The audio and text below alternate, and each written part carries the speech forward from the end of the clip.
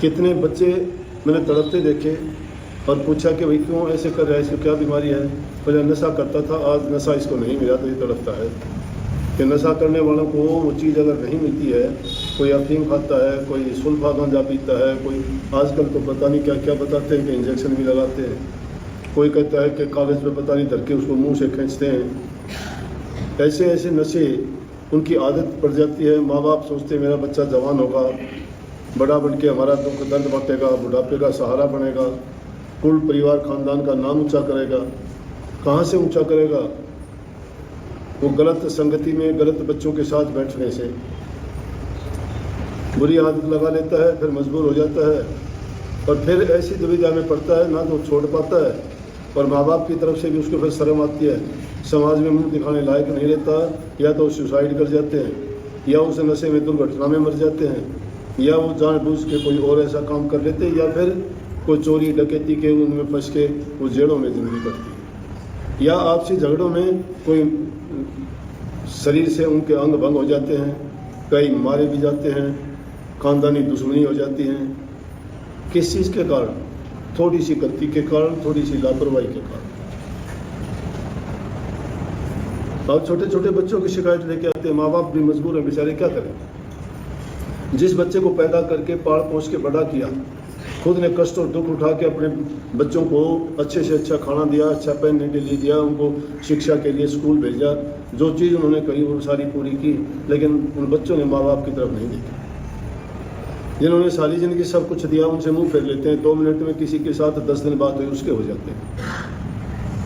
माँ बाप बेचारे अब कुछ कहने लायक भी नहीं, कुछ कह भी नहीं सकते। अगर कहते हैं तो पुलिस भी उन्हीं को पकड़ के लेके जाती है, क्योंकि आज़ादी कानून।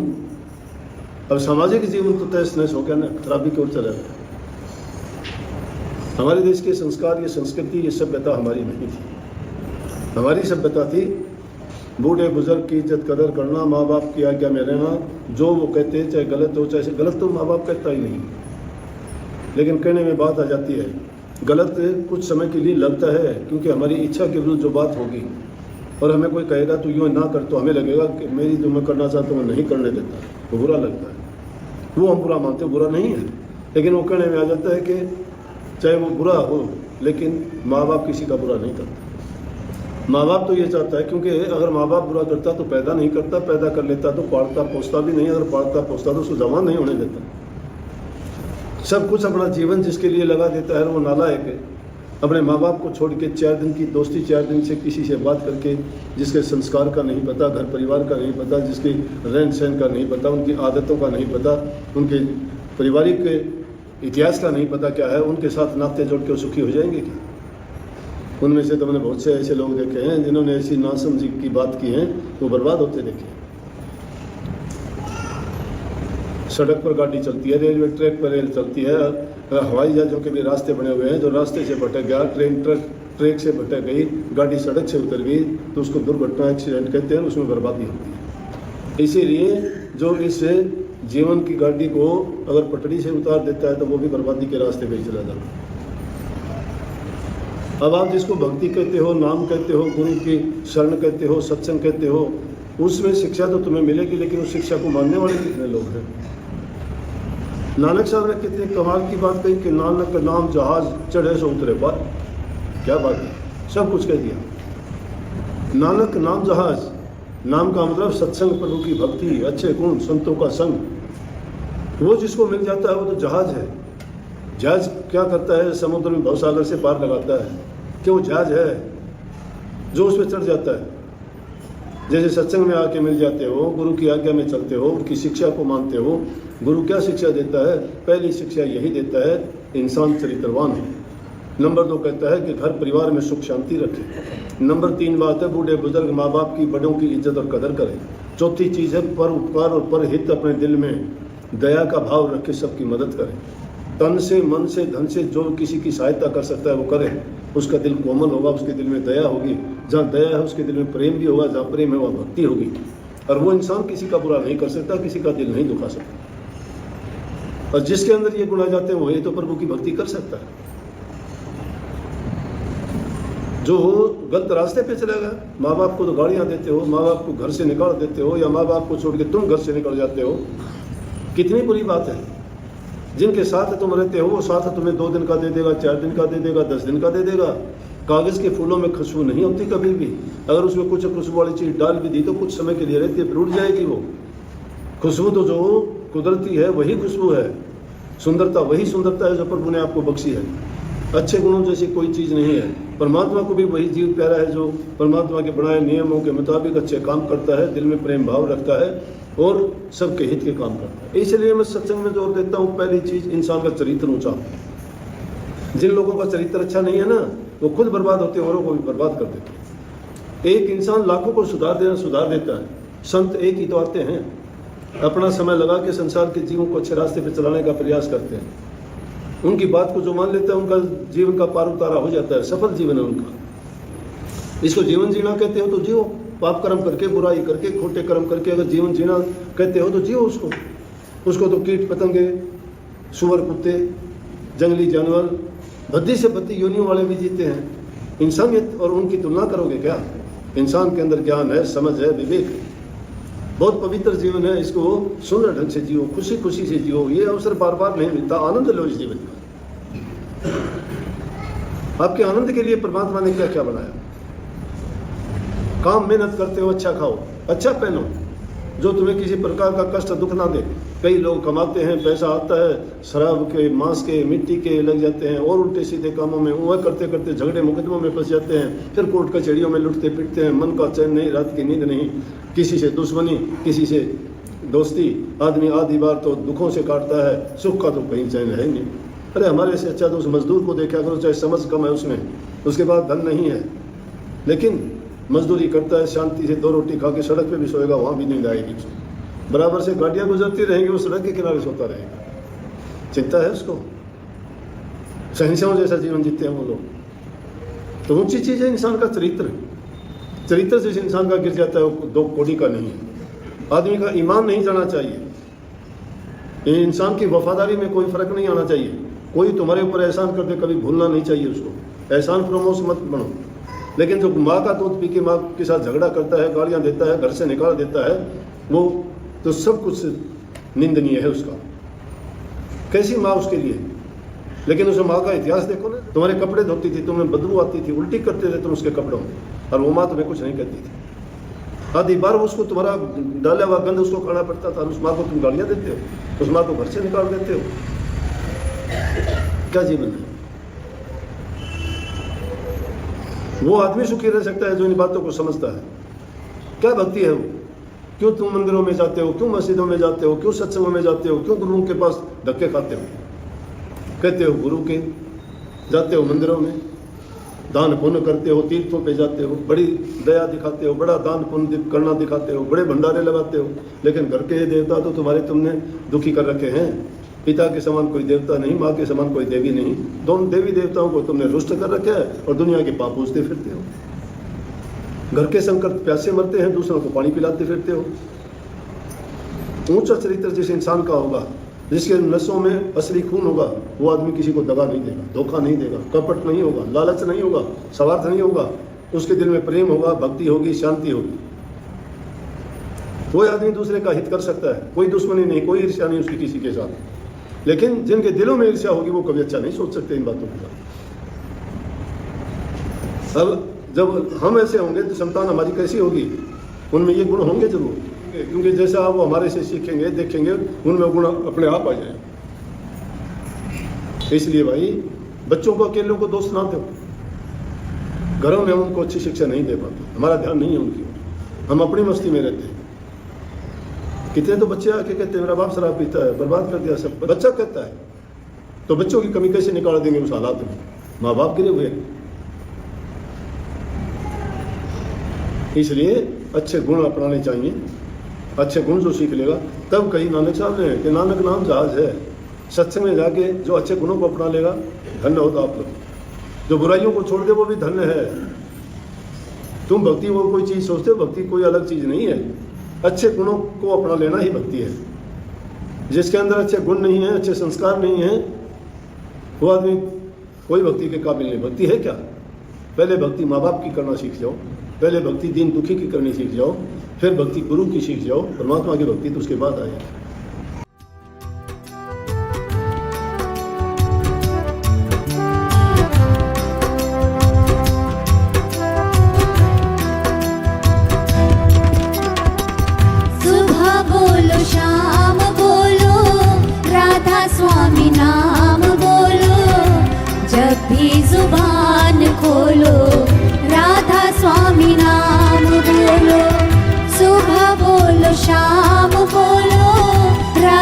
स्वामी नाम बोलो, जब भी जुबान खोलो राधा स्वामी नाम बोलो।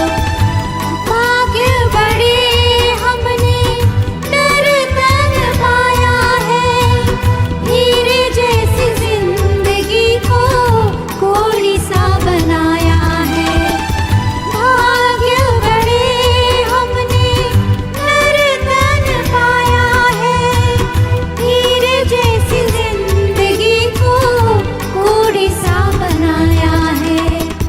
दुनिया का प्यार झूठा, दाता संग तार जोड़ो, जब भी जुबान खोलो राधा स्वामी नाम बोलो। सुबह बोलो शाम बोलो राधा स्वामी नाम बोलो, जब भी जुबान खोलो राधा स्वामी नाम बोलो।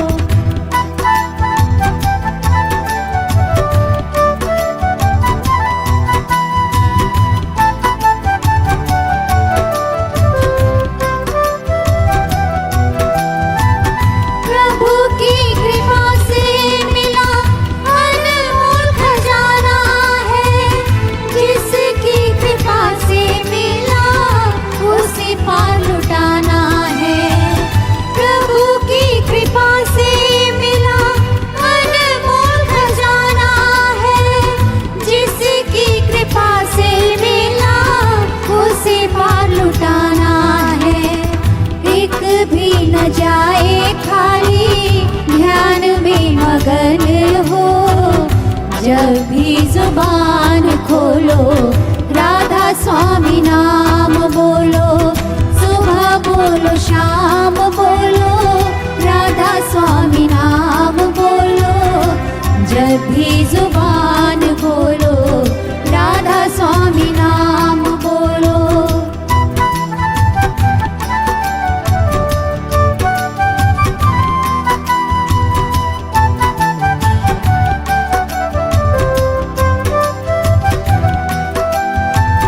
दुनिया से हमने जोड़े सब झूठे नाते हैं, एक सच सतगुरु साथी और छोड़ जाते हैं। दुनिया से हमने जोड़े सब झूठे नाते हैं, एक सच सतगुरु साथी और छोड़ जाते हैं। कभी ना जो साथ छोड़े उसी संग साथ जोड़ो, जब भी जुबान खोलो राधा स्वामी नाम बोलो। सुबह बोलो शाम बोलो राधा स्वामी नाम बोलो, जब भी जुबान खोलो राधा स्वामी नाम बोलो।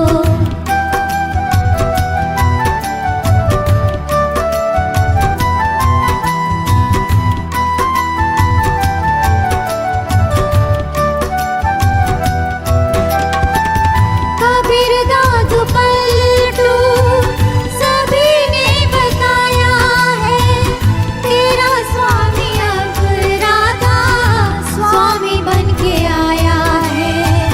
कबीर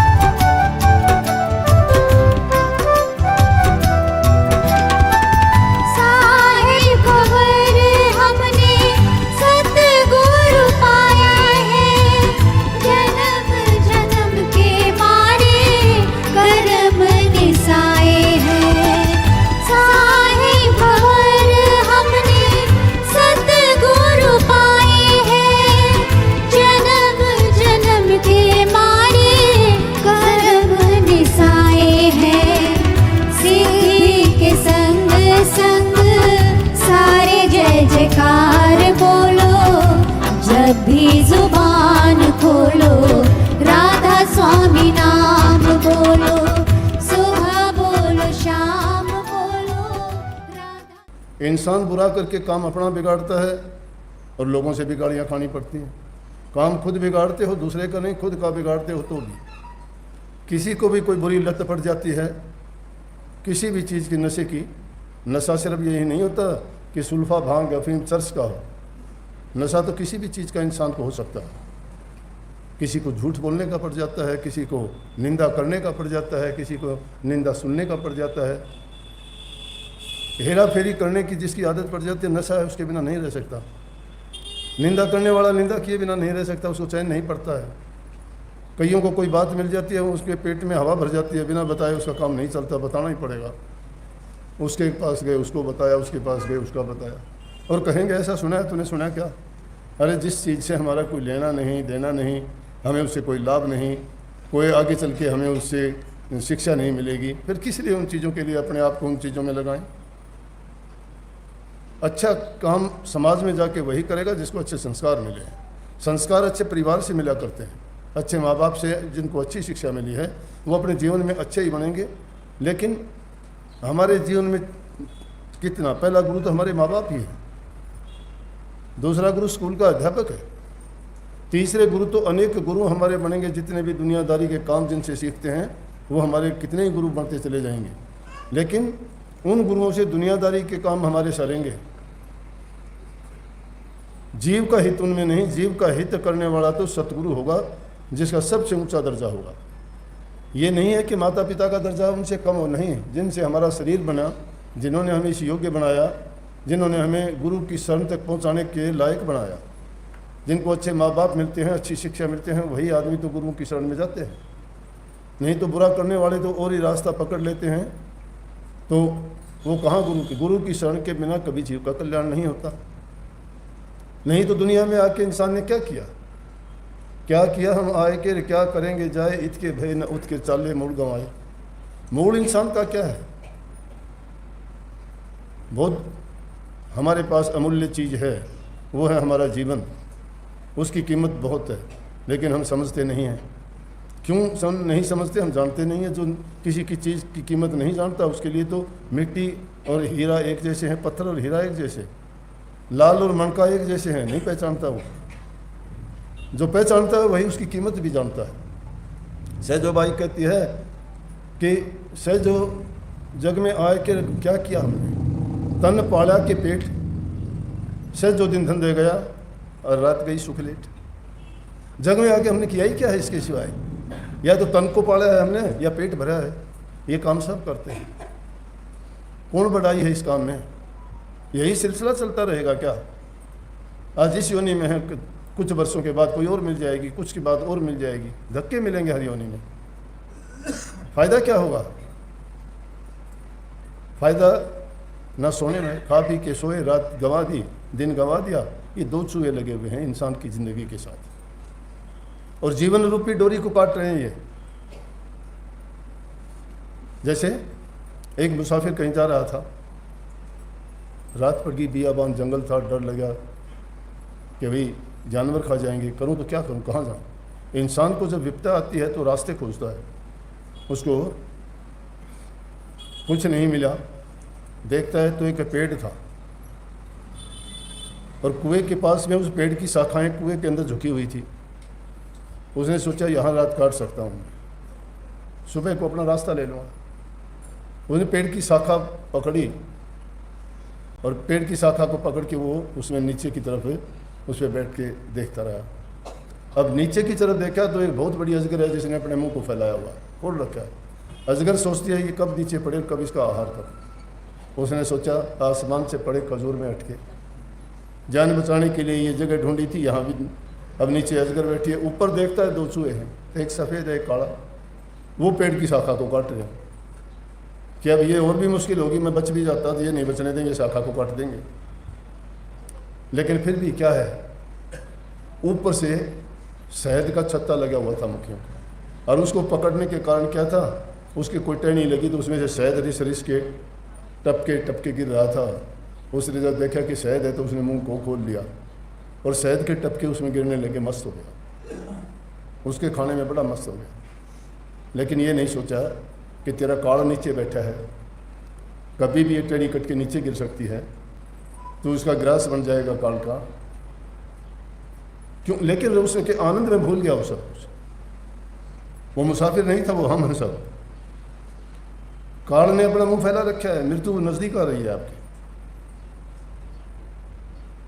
वो दिन दूर नहीं कि वो आएगी, ग्रास बना लेगी। और दो चूहे कौन है? एक रात है, एक दिन है। दिन सफेद चूहा है, रात काला चूहा है। वो दोनों मिलकर जीवन रूपी शाखा को काट रहे हैं। और शहद क्या है? दुनियादारी के विषय विकार। इन विषय विकारों में पड़ के हम बड़ा आनंद लेते हैं, बड़े सुखी हैं कि हमारे जैसा सुखी नहीं है। भुला दिया है हमने प्रभु को।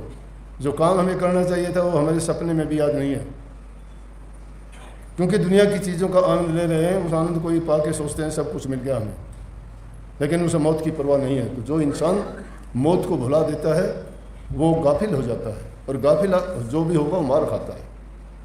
कभी भी हमें गफलत नहीं करनी चाहिए, बड़े सोच समझ के साथ काम करना चाहिए।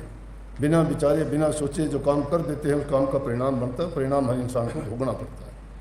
तो उत्तम काम क्या है? उत्तम काम है भक्ति करना, इससे उत्तम कोई काम नहीं। जिसने भक्ति को विसार दिया है, प्रभु के नाम को याद नहीं करता है, तो समझो कि उसका जीवन बेकार है, चाहे वो आज दुनिया से जाए या कल जाए। मोटा मोटी अपने वहाँ एक कहावत कहा करते हैं, आम हंसी मजाक की बात है। बोले कि एक बुढ़िया का लड़का गुजर गया तो बुढ़िया रोने लगी। दूसरे लोग पूछने लगे, बुढ़िया क्यों रो रही है तुम? बोले अरे बेटा क्या रो रही हूँ, मेरा बेटा था वो गुजर गया। बोले क्या बात है? मेरा बात के कोई ऐसा हुआ कि उसके दिन पूरे हो गए, मौत आ गई, उसका कर्म ऐसा ही था। बोला कि वो कोई नेक काम किया करता? बोला ना। कोई भक्ति करता था? बोला नहीं। कोई समाज सेवा करता था? बोला ना बेटा। बोला तो कोई दूसरे लोगों के कल्याण की बात करता था? बोला नहीं। और कोई उसने ऐसा महान कार्य किया हो कि जिसके कारण याद करते हैं? बोला ना बेटा ऐसा तो कुछ नहीं था, लेकिन मेरा बेटा था वो। बोला माता जी फिर तो मिट्टी का बन रहा था, कोई काम ही ऐसा नहीं करता था, मिट्टी का और बना के खड़ा कर ले, क्या फ़ायदा है? कहने का मतलब जो इंसान दुनिया में आया है, अगर वो कोई नेक काम नहीं करके गया तो मिट्टी का पुतला और उसमें फ़र्क ही क्या?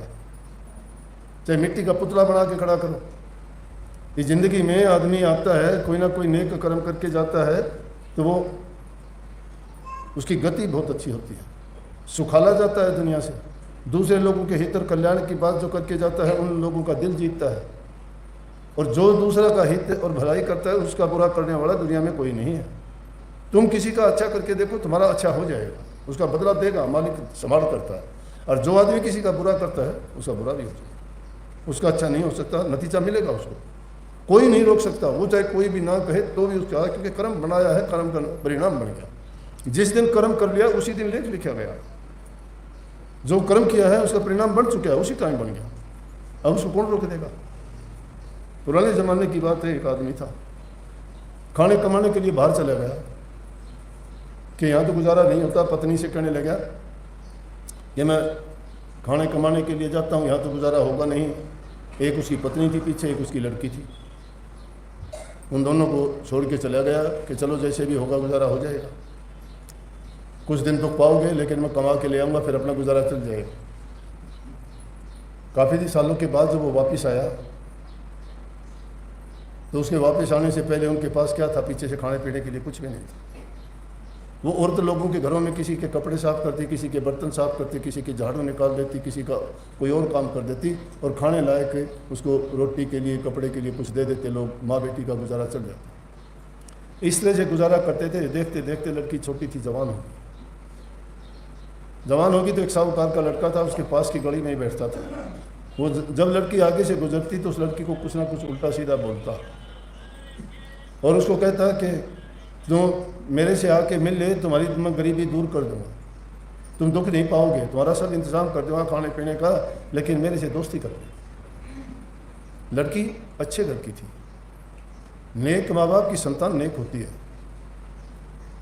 नेक माँ बाप की संतान किसी की इज्जत को ख़राब नहीं करती, क्योंकि उन्होंने इज्जत पाई है, उन्होंने यही संस्कार लिए हैं और उन्होंने सीखा है कि जो चीज़ उसने घर में सीखी हो बाहर जाके अपने घर में समाज में भी वही करे।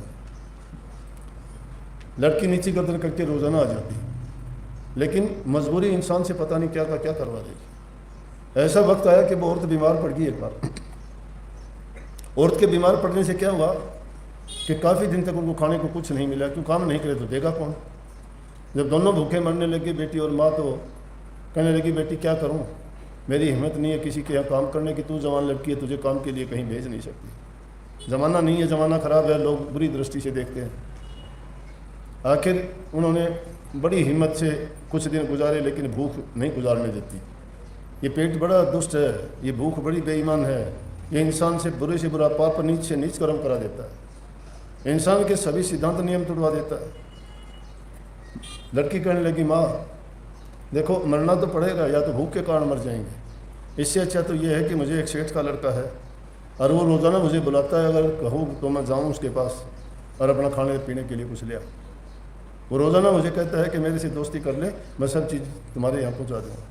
लेकिन उसकी माँ ने बहुत इनकार किया, ना बेटी गलत है, मर जाएंगे, इससे अच्छा बुरे काम की तरफ कभी सोचना भी नहीं, आगे कदम रखना तो दूर की बात, लेकिन अपने इस काम के लिए अपनी इज्जत को नहीं खराब करना।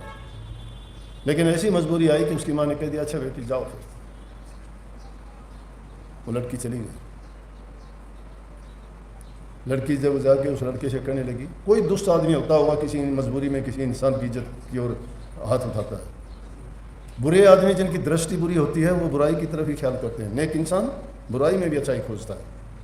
लेकिन दुष्ट आदमी अच्छी चीज़ को भी, बहन भाई को भी पता नहीं क्या कह देगा, ये क्या है। नेक इंसान अगर पति पत्नी भी हो, कोई भी हो, उनके बारे में क्यों गलत उसका ख्याल नहीं है, सोच उसकी नहीं है ऐसी, जिसकी खुद की सोच अच्छी है, जिसकी दृष्टि में दोष आ जाता है किसी में अच्छे गुण नहीं खोज सकता हो। बस जब गया पीछे से उसका घरवाला आ गया। घरवाला आया तो कहने लगा बेटी कहाँ है। बोली आ लिए बेटी, अगर तू 2-4 दिन पहले आ जाता तो सत्यानाशी कम से कम हमारी इज्जत तो खराब नहीं होती। तूने तो ऐसा काम कर दिया कि हम बर्बाद कर दिए। बोला क्या बात। बोला बीमार पड़ी हूँ मैं तो 1-1.5 महीने से, खाने के लिए कुछ नहीं था, मजबूरी में लड़की को आज ऐसी जगह जाना पड़ गया कि वो तो अपना तन दे के खाने के लिए कुछ अन्न लेके आएगी। हंसने लगे। बोला मूर्ख है। बोले यार मूर्ख मैं हूँ कि तू है, शर्म नहीं आती। लड़की आज गई हुई है, इसी काम के लिए गई है और तू हंसता है अपनी लड़की की बेइज्जती करवा के, सब कुछ मिट्टी में मिलवा दिया और फिर हंसता है। बोला कि पगली, जब मैंने अपनी ज़िंदगी में किसी की इज्जत नहीं दी तो मेरी लड़की की इज्जत कौन दे। कि दुनिया में पैदा नहीं हुआ कोई मेरी लड़की की इज्जत खराब कर दे, मैंने किसी की इज्जत खराब नहीं की ज़िंदगी। लड़की वहाँ जाती है, उस लड़के से बोलती है कि जो तेरी मन की इच्छा है तो पूरी कर ले, लेकिन खाने के लिए कुछ दे। जब उस लड़के ने ये बात सुनी, उसको आत्मग्लानि हो कि मैं कितना नीच आदमी हूँ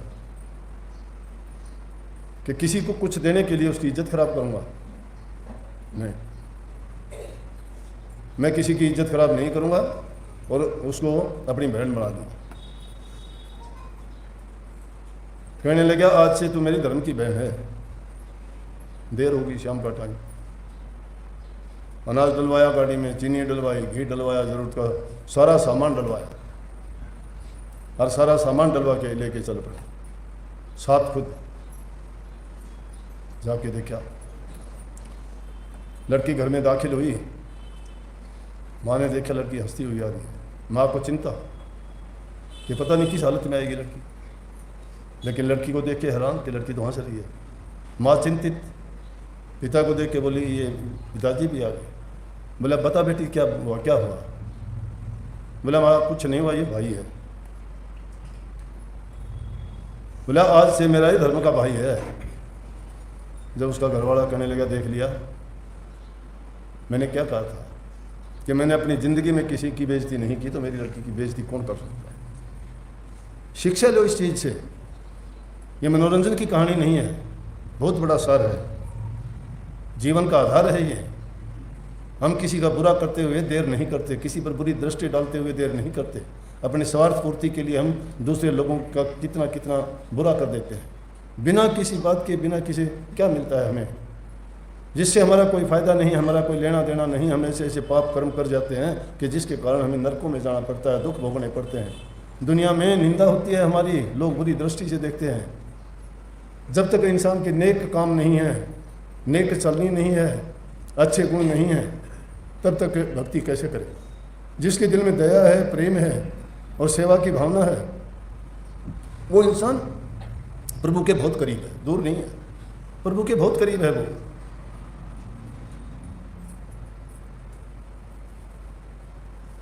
परमात्मा सबकी सुनता है। सच्चे दिल से पुकार किया कर, वो दूर नहीं है।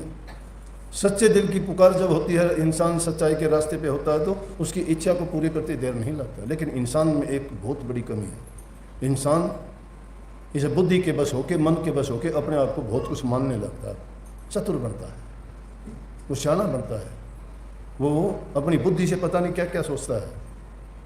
बुद्धि चतुराई नहीं चलती। चतुराई चूल्हे पढ़ो और भट्ठी पढ़ो, अंगार जाग की वृत्ति लगी रहे, उसका वार न पार। चतुराई नहीं चलती इंसान की, डूब जाता है, गिर जाता है इंसान, कोई बचाने वाला नहीं है। क्यों नहीं है? एक बार इंसान किसी बुरे काम में पड़ गया, थोड़ा सा उसको चस्का पड़ गया, उसका आनंद आ गया, रोजाना उसको याद करेगा, वो फिर उस काम की ओर बढ़ता ही चला जाएगा। अगर शुरू में ही उस बुराई को रोक दिया जाए, कंट्रोल करना बड़ा मुश्किल है। संतों की मर्यादा को निभाना बड़ा कठिन है। कहने को बड़े होशियार लोग, कहने को बहुत कुछ बोलते हैं, गिनी चुनी बातों को बड़े इधर उधर से पकड़ के पता नहीं मेहनत बन जाते हैं सब। लेकिन वास्तविक जीवन में जिन चीज़ों को आदमी अगर अपनाना चाहे, उन पर चलना चाहे, तो इंसान को बहुत कुछ छोड़ना पड़ता है, त्यागना पड़ता है, सहन करना पड़ता है, संयम रखना पड़ता है। जब तक संयम नहीं है तो साधना नहीं है, साधना नहीं है तो फिर इंसान कुछ भी नहीं कर सकता। किसी चीज़ को साधना तभी कर सकता है कि उसके अंदर धैर्य हो। मन में शांति कब आती है? जब इंसान अपने आप को काबू कंट्रोल कर लेता है। कंट्रोल से कोई चीज़ बाहर हो जाए, कोई भी चीज़ बाहर हो जाए, बर्बादी की ओर लेके जाएगी। गुरु के पास रहने से तरने की क्यों बात कही है? माता सीता को क्या तकलीफ थी? लक्ष्मण जी को दीवार निकाल के गए थे, कोई किला निकाल के गए थे क्या? वो रेखा का जो नाम लेते मर्यादा ही थी, वो बात की थी क्या? घर से बाहर नहीं निकलना, बस इससे बाहर नहीं निकलना, ये थी। और तुम सोचते हो यूं लकीर खींच दी, उस लकीर पर पाँव रख दे कोई भस्म हो जाएगा, नहीं। वो लकीर यही थी मर्यादा की। लक्ष्मण कह के गया था मैं जाता हूँ, अगर आप इतना मुझे कहते हो तो भाई को ढूंढने के लिए, श्री राम को ढूंढने के लिए जाता हूँ, लेकिन ये एक मर्यादा है कि इसे आप कुटिया से बाहर नहीं निकलना। कुटिया से बाहर निकली इसीलिए वो हुआ। मर्यादा जब टूट जाती है इंसान की, सब कुछ बेकार है, कुछ नहीं है। जितनी मर्यादाएं बंधी हुई उसी के कारण तो समुद्र अपनी मर्यादाओं को जहां लांघता है, सुनामी आ जाती है, बर्बादी होती है। अगर ये सूर्य अपनी मर्यादा को छोड़ दे रही है और नीचे आके ज़्यादा चमकने लग जाए, सब के सब जीव भस्म हो जाएंगे। नदी के दो जो बांध बनाए जाते हैं, दोनों तरफ बीच में पानी का प्रवाह होता है, और वो अपनी मर्यादा तोड़ दे तो तबाही ला देगी, सब जगह बर्बाद कर देगी। मर्यादाएं निभाने के लिए होती हैं, इसीलिए गुरु की भी मर्यादा है, भक्ति की मर्यादा है, भक्ति मर्यादाओं से चलती है। जब आदमी अनुशासन नहीं होता, किसी भी चीज़ में अनुशासन तोड़ दो, बेकार हो जाएगा, क्योंकि वो मन के खेल में फंसता है आदमी, उसका मन करता है वो करता है। इसीलिए संत मत में दो चीज़ों को मुख्य करके बताया गया है कि एक गुरुमुखों का रास्ता, एक मनमुखों का रास्ता है। गुरुमुख गुरु की आज्ञा में चलेगा, गुरु जो कहे वही करेगा। मनमुख उसका मन कहेगा वो करेगा, वो मन के कहने से चलता है, वो गुरु के कहने से चलता है। हमारे कहने से, मन के कहने से जो चलेगा, वो अपनी गर्दन काल को सौंप लेता है कि कुछ भी कर, वो सारे उल्टे काम करवाएगा। गुरु को जिसने अपना आप पर सौंप दिया है, गुरु उसके कल्याण की, उसके हित की, उसके लाभ की, उसके सुधार की बात करेगा। जो भी कहेगा वो उसका हित में होगी बात। क्यों? गुरु को कोई स्वार्थ नहीं है, लेकिन मन का अपना खेल है, मन की तासीर यही है, मन उसको बाहर नहीं निकलने देता। तो मन के साथ लड़ाई है ये। मन जीते तो जग जीते। मन कभी क्या कहता है, कभी कुछ बनता है, कभी कुछ चाहता है, कभी कुछ चाहता है, जीव को डुलाए रखता है, शिथिल नहीं रहने देता।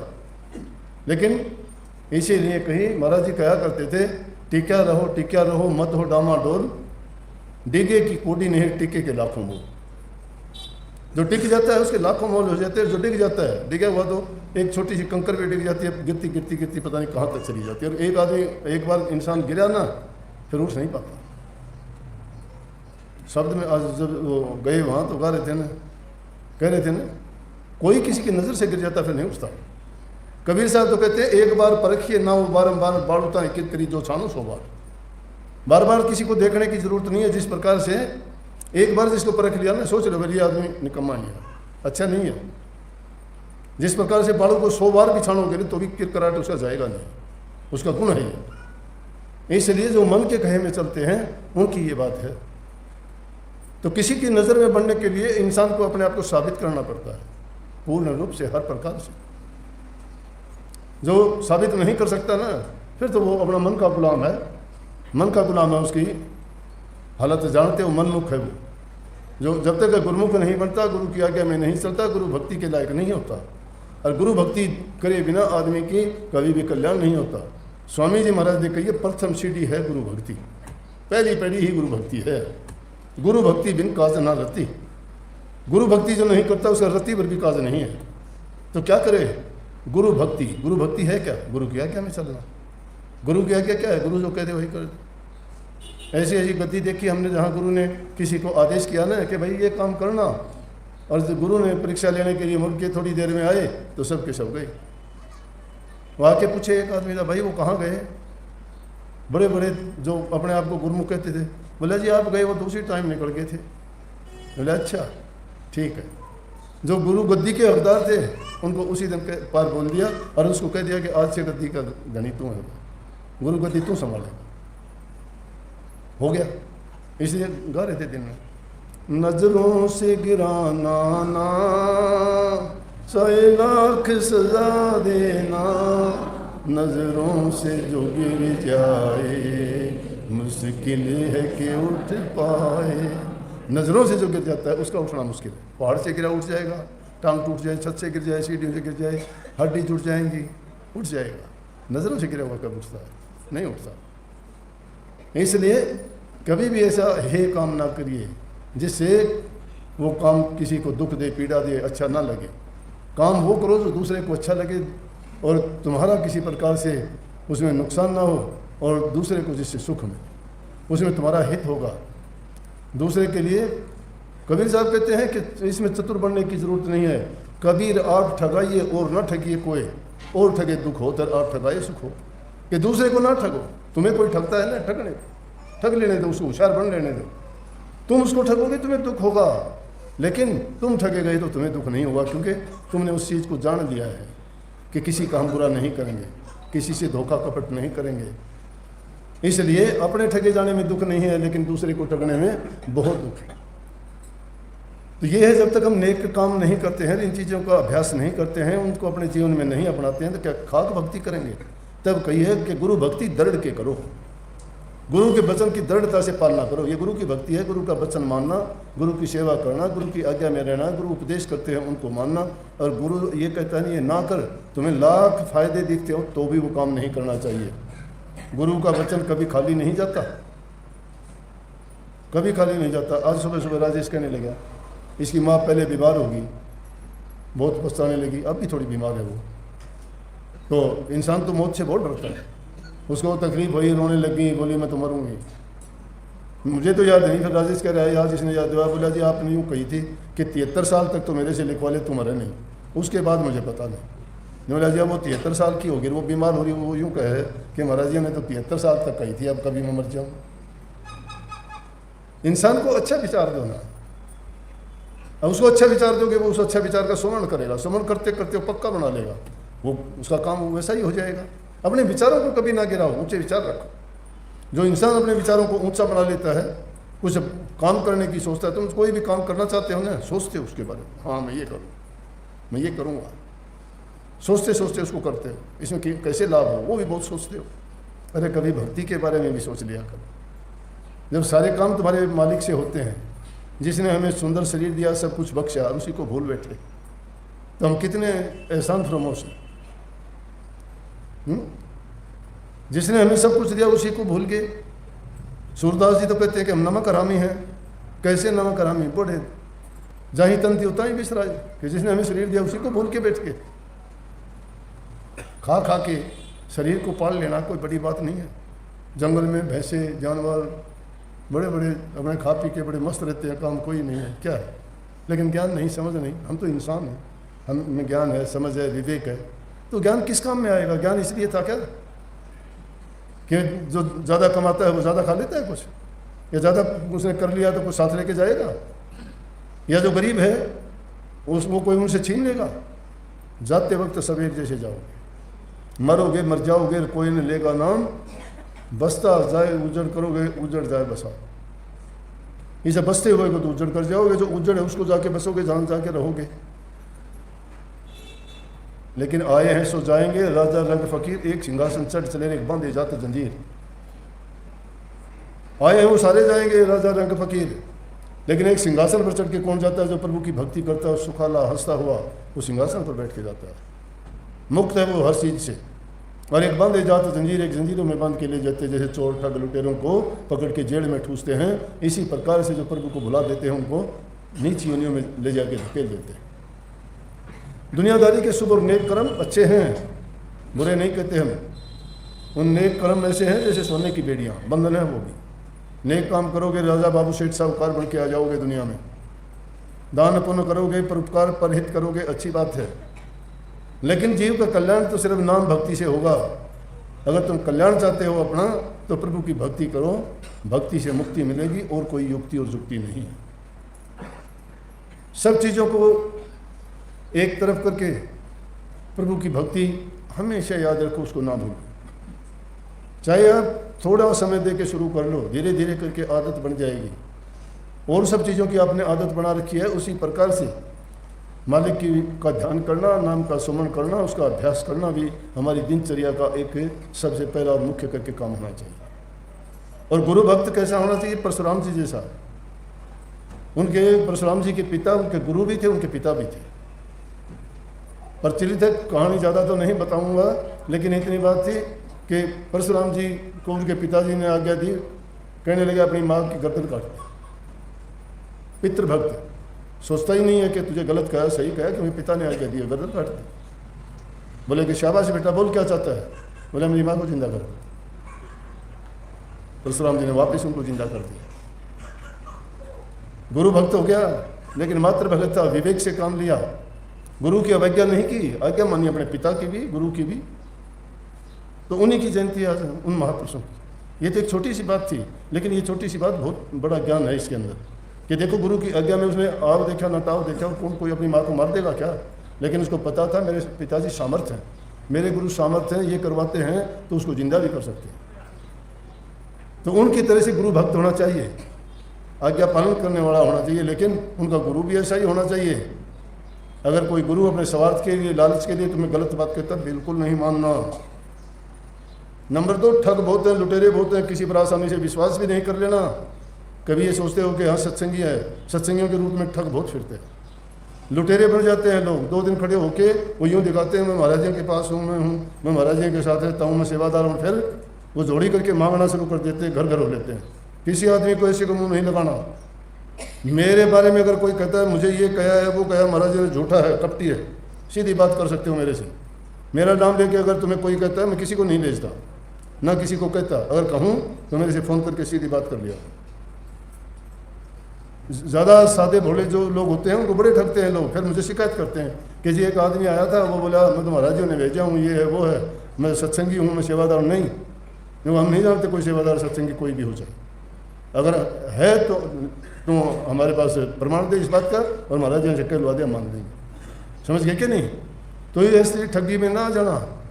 कहीं वहाँ भी मैंने हंसी के सत्संग में ये बात कही थी, बड़े लुटेरे फिरते हैं इस प्रकार के, खुद तो डूबे हुए हैं, औरों को भी डबो देंगे वो। क्यों?